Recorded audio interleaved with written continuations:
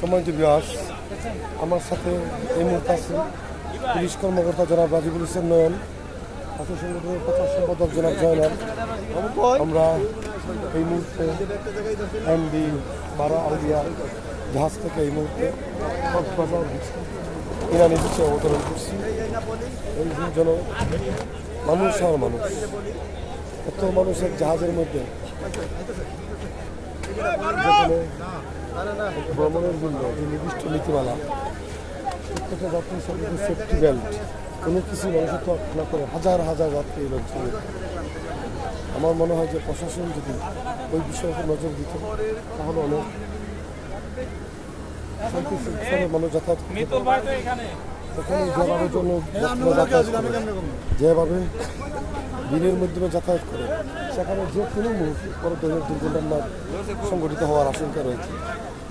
সেই দুর্ঘটনা বাংলাদেশ সরকারের প্রতি আমাদের অনুরোধ থাকবে, এই জাহাজের যাত্রীরা এবং জাহাজের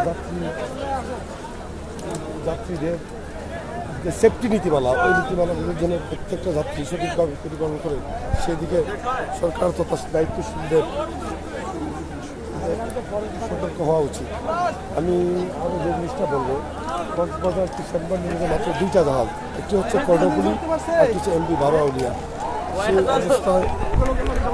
সেই অবস্থায় কক্সবাজারের মধ্যে আমরা মনে করবো যে সেই অবস্থায় সেই ক্ষেত্রে সব ক্ষেত্রেই আমাদেরকে দু একটি জাহাজের ব্যবস্থা করা যেত, তাহলে হয়তো আমাদের এখানে যাত্রীদের ভিড় অনেকাংশে কমানো সম্ভব হইত। সেই ক্ষেত্রে আমি সরকারের নীতি নির্ধারকদের অনুরোধ করব, যেখানে যে ব্যবস্থাপনা যারা আছে তারা যেন অন্তত এখানে আরও 4 থেকে 6টি জাহাজ ফ্লাইট টু কক্সবাজার ব্যবস্থা করে। আর দেশের জনগণের নিরাপত্তা ও যাত্রীদের নিরাপত্তার সাথে অতিরিক্ত যাত্রী বহন থেকে যেন কর্তৃপক্ষ বিরত রাখে, যেখানে আনলিমিটেড টিকিট ইস্যু হচ্ছে, আনলিমিটেড যাত্রী বহন করছে। যে কোনো মুহূর্তে বড় ধরনের দুর্ঘটনা আশঙ্কা রয়েছে।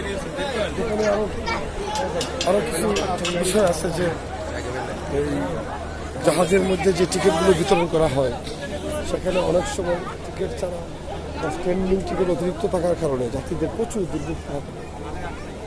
আমি সম্মানিত যাত্রীদের বা সম্মানিত যারা ভ্রমণ করার আগ্রহ রয়েছে ওই সব বলবো যে যারা সেন্ট ভ্রমণ করতে অবশ্যই জাহাজের ব্যবস্থা করাটা ভালোভাবে জেনে শুনে উদ্দেশ্যে রওনা দেবেন। সম্মানিত ভিউয়ার্স, আজ এ পর্যন্তই। আপনারা ভালো থাকবেন, সুস্থ থাকবেন, আবার দেখা হবে। ধন্যবাদ।